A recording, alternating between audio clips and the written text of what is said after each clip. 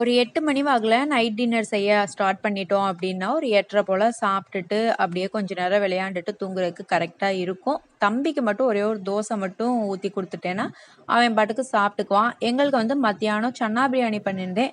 அதுவே எக்ஸ்ட்ரா இருந்தது. அதனால அத வச்சு சாப்பிட்டுக்கலாம் அப்படின்னு சொல்லிட்டு தான் தம்பிக்கு மட்டும் தான் ப்ரிப்பேர் பண்ணிட்டுருக்கேன். தம்பிக்கு வந்து மோஸ்ட்லி நான் வந்துட்டு ஹெல்தியா தான் குடுப்பேன். இப்ப சன்னா பிரியாணி பண்றேன் அப்படின்னா, அவன் சாதம் சாப்பிடுறத விட சன்னா கொஞ்சம் நெறையா சாப்பிட்டியானாலே எனக்கு போதும். என்னடா இவ்வளோ ஒல்லியா இருக்கான் அப்படின்னு சொல்லிட்டு ஒரு சில பேர் கேட்பாங்க. பட் நான் அத எதையுமே மைண்ட் பண்ணிக்க மாட்டேன். அது வந்துட்டு வெறுப்புல கிடையாது. என் குழந்தை நான் சாதம் குடுக்குறேன், சாப்பாடு குடுக்குறேன்.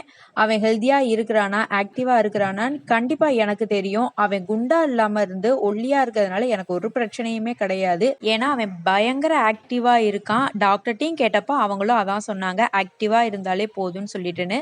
உங்க பேபிஸும் இப்படி இருந்தாங்கன்னா கவலையே படாதீங்க. ஆக்டிவா இருக்கானான்னு மட்டும் பாருங்க. நாளைக்கு ஒரு விளாக்ல பார்க்கலாம். பாய்.